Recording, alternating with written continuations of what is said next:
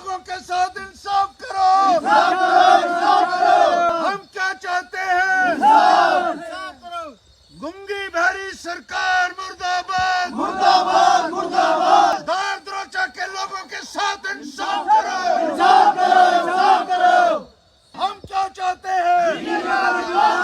देखिए, इस वक्त हम दार द्रोचा में खड़े हैं और यहाँ की सड़क पूरी तरीके से हर तरफ से टूट चुकी है और दार द्रोचा एक टापू बन चुका है जिसका सिविलाइज्ड वर्ल्ड से पूरे तरीके से कनेक्शन टूट चुका है।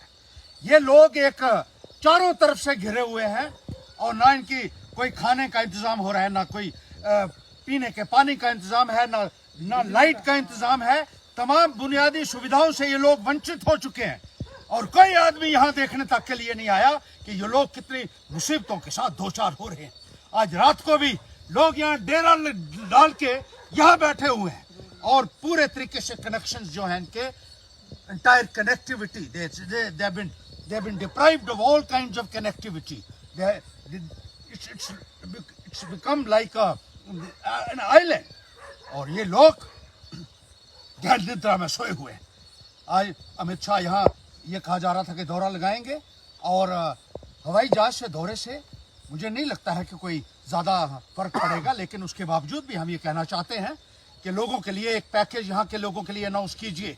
सिर्फ दौरे लगाने से काम नहीं चलेगा, यहाँ के प्रशासन को आपको पूरे तरीके से एक्टिवेट करना होगा। उनको इलाके में भेजिए।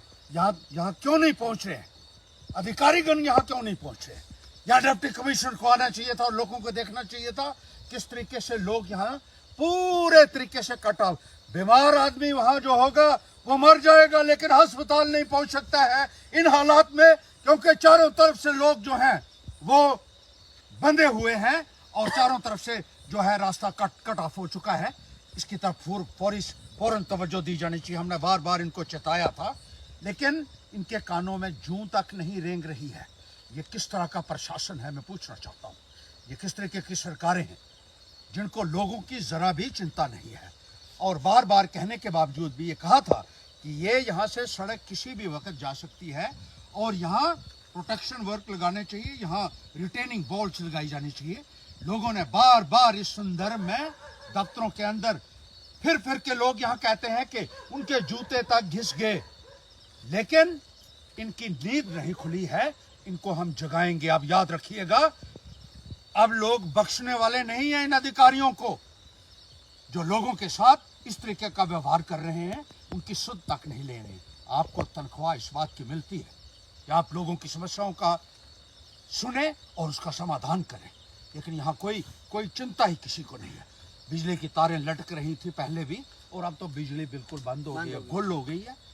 यहाँ कुछ लोग बीमार हैं और नाले के उस पार ये देख लीजिए जो ये बना हुआ है, उस तरफ भी बहुत सारे जो है माल मवेशी जो है इसके अंदर चले गए और बहुत सारी औरतें जो हॉस्पिटल जाना चाहती थी, आइए कहा गया कि अपना इलाज के लिए वो नहीं जा पाई है। लोग किस तरीके से यहाँ सफ़र कर रहे हैं इस बात का अंदाज़ा शायद इस प्रशासन को नहीं है। इनको नींद से जगाना पड़ेगा। मैं अमित शाह से कहना चाहता हूँ कि आपका ये दौरा जो है ये महर एक कॉस्मेटिक आई वॉश नहीं होना चाहिए।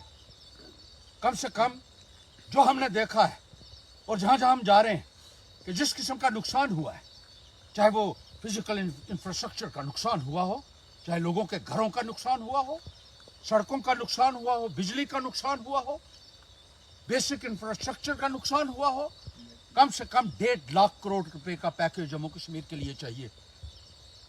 और इस किस्म की जो इलाका जात है जहाँ लोग जो हैं रात को भी सड़कों के ऊपर आने के लिए मजबूर हो रहे हैं।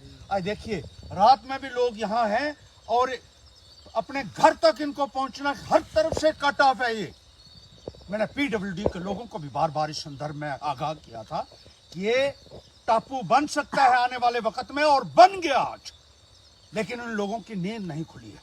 याद रखिए, कटघरे में ले जाऊंगा मैं, कोर्ट के अंदर घसीटूंगा आपकी लापरवाही के लिए, आपकी नालायकी के लिए, और उसके लिए याद रखिएगा कि इसमें कोई भी किसी किस्म का लिहाज नहीं होगा, क्योंकि आपकी जिम्मेदारी सबसे बड़ी यही बनती है कि लोगों के लिए आप फील्ड में उतरें और उनकी समस्या को सुने और उसका समाधान करें। जल्द से जल्द इसका काम जो है वो शुरू होना चाहिए। ये हम इन PWD के अधिकारियों से लाइट भी बंद है।